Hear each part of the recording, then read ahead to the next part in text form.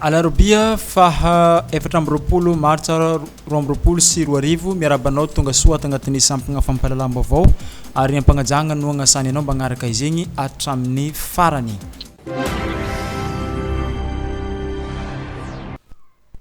Moatongotsika eo amin'ny raharahany kolikoly no anomboantsika ny fampahalalam-baovao amin'ity anio ity.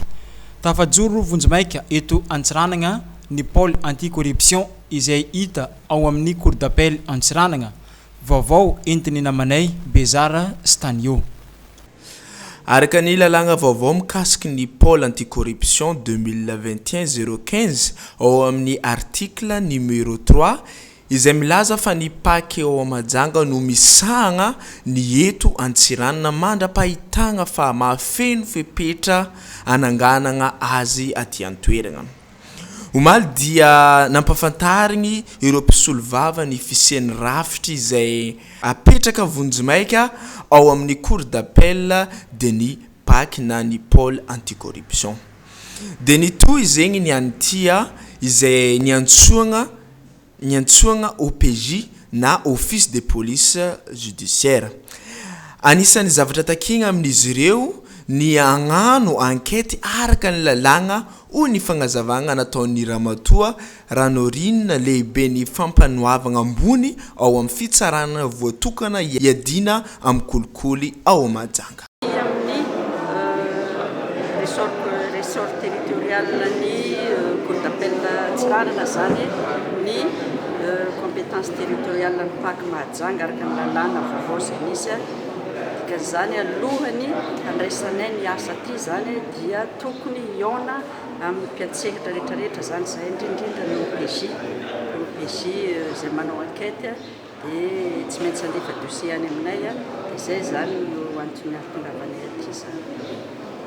Andrasana amin'ny zareo zany ny OPJ dia manao enquête araka izay lalàna mifehiny asan'izy ireo zany manao enquête araka izay tokony izy ny nazavaina teo zany dia enquête de bonne qualité mitady ny marina tsara zany mba satria tsika zany io ady kolikoly io zany mifanetry be ny firenena araka ny filazantsika amin'ny andavanandro raha tsy mifandray zany mpiatsehatra rehetrarehetra dia tsy ho foana io mitanjona nefany hanafoana io kolikoly io sy heloka rehetrarehetra zay miendrika kolikoly ka zay zany mila fiaraha-miasa matotra amin'ny mpiatsehatra rehetrarehetra zany ny OPJ sy ireo Bianco Samifina isan-karazany zany zay mpiatsehatra rehetrarehetra zany.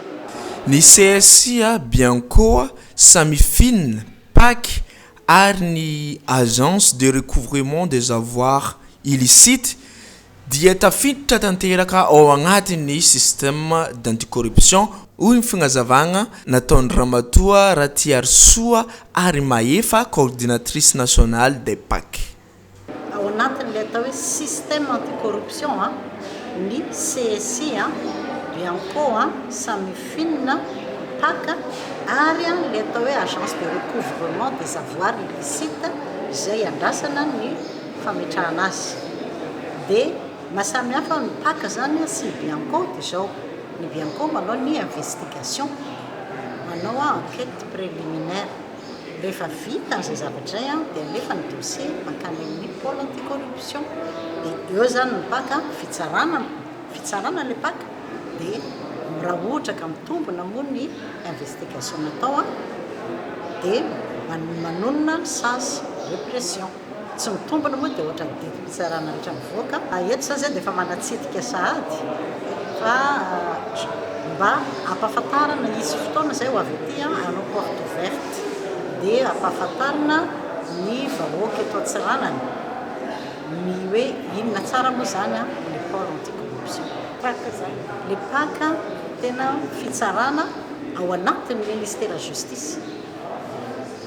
Tsy misy zany le hoe fitsarana efa mahazatra antsika hoe tribunal de première instance ny cour d'appel fa entité juridictionnelle anankiray hafa entité anankiray hafa manao fitsarana ny adiny kolikoly fotsiny sy ireo karazana eloka miendrika kolikoly sy ireo eloka lazainy lalàna hoe tsy maintsy ny pôle anticorruption manao azy ohatra hoe ny fagnotsim-bola, ny famatsiana, ny ady fampiororona. Zany zao dia tena any pôle anticorruption manokana. Dia ty fotoana androany ty koa moa zany dia nafahana nampahafantatra an'ireo mpisehatra OPJ ny mahasamihafa misy fomba fanaovana ankety somary samihafa kely miohatra amin'ny fanaony zareo amin'ny eloka andavanandro. Dia izay zany tena napetraka androany hoe inona moa zany reo mahasamihafa azy ireo ahoana ny fandalinana lalina kokoa araka ny voalazan-dramato procureur général nipaka teo hoe ahoana ny andalina kokoa atratrara nan'le eloka kolikoly sy mendry samihafa. Ivadika amin'ny lafim-baovao hafa indray sika tompoko lasy tompoko vavy fanozintsika ny fampalaam-baovao amin'ity androany ity. Tafatsangana teto Antsirana ny volana Martsa 2020 ary faragna ny volana Jona 2020 ny ONG TKI na ny tokotany iraisagna eto Antsiranana. Agnisan'ny manana tanjona lehibe ity ONG ity amin'ny alalan'ny fisorohana ny ditra ataon'ny tanora sy ny herisetra izay mety hiatra amin'ny tanora lahy sy ny tanora vavy. Setra maro samihafa no ianjadiany ity herisetra ity. Tsara ihany koa ny magnamarika fa tsy ny tanora ihany no ianjadiany izao herisetra izao fa olona maro no misedra izao herisetra izay misy ity. Manoloana zegny indrindra dia efa nisy ny enquête izay nataon'ireo tompon'andraikitra avy ao amin'ny TKI na ny tokotany iraisagna izay taritiny Ramatoa Rasoa zanany Judith Alida responsable ny tokotany iraisagna eto Antsiranana tamin'ny fanaovana fagnadiadiagna tamin'ireo fokotany telo eto Antsiranana toy ny fokotany Tanambo 1, Tanambo Nord ary ny fokotany Ambalavola.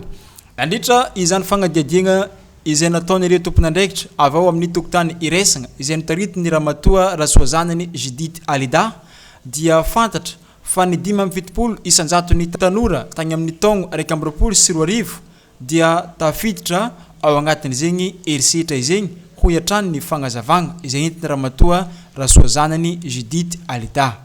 Manoloana zegny indrindra dia isy hetsika izay ho karakarainy ity ONG TKI ity eto Antsiranana izay iarahana amin'ireo association maro samihafa eto an-tapitarana Antsiranana. Tafiditra agnatin'izegny indrindra ny association des femmes célibataires izay agnisany fantatra fa misedra izegny herisetra izegny eo agnivon'ny fiarahamonigny sy agny amin'ny tokantragno izay misy azy ireo raha ny enquête izay nataon'ireo tompon'andraikitra ireo. Fagnazavagna entin'ny Ramatoa Rasoa zanany Judith Alida responsable ny tokotany iraisagna atrany. Io zegny ONG tokotany iraisagna fankalavagna TKI miasa amin'ny raha mikasiky consolidation de la paix.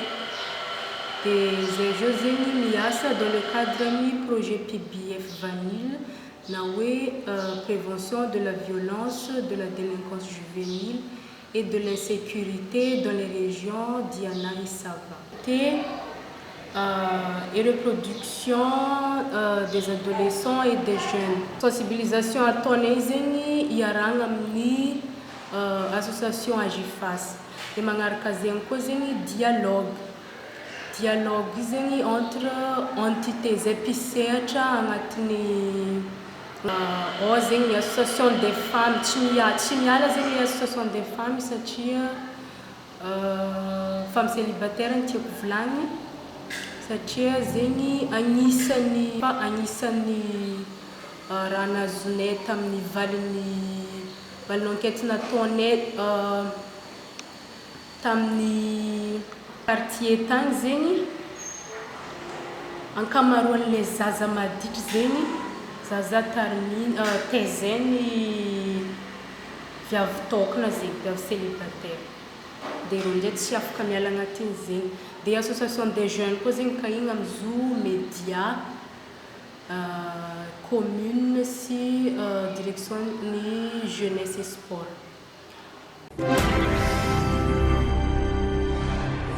tapitra ny fampalalam-baovao tsika tompoko lasy tompoko vavy ny namanao be mitombo arlen sy namanao bezara sy taniono ny tatitra ny vaovao anao tamin'ity androany ity magnano veloma mandra-piona ho amin'ny magnaraka indray veloma tompoko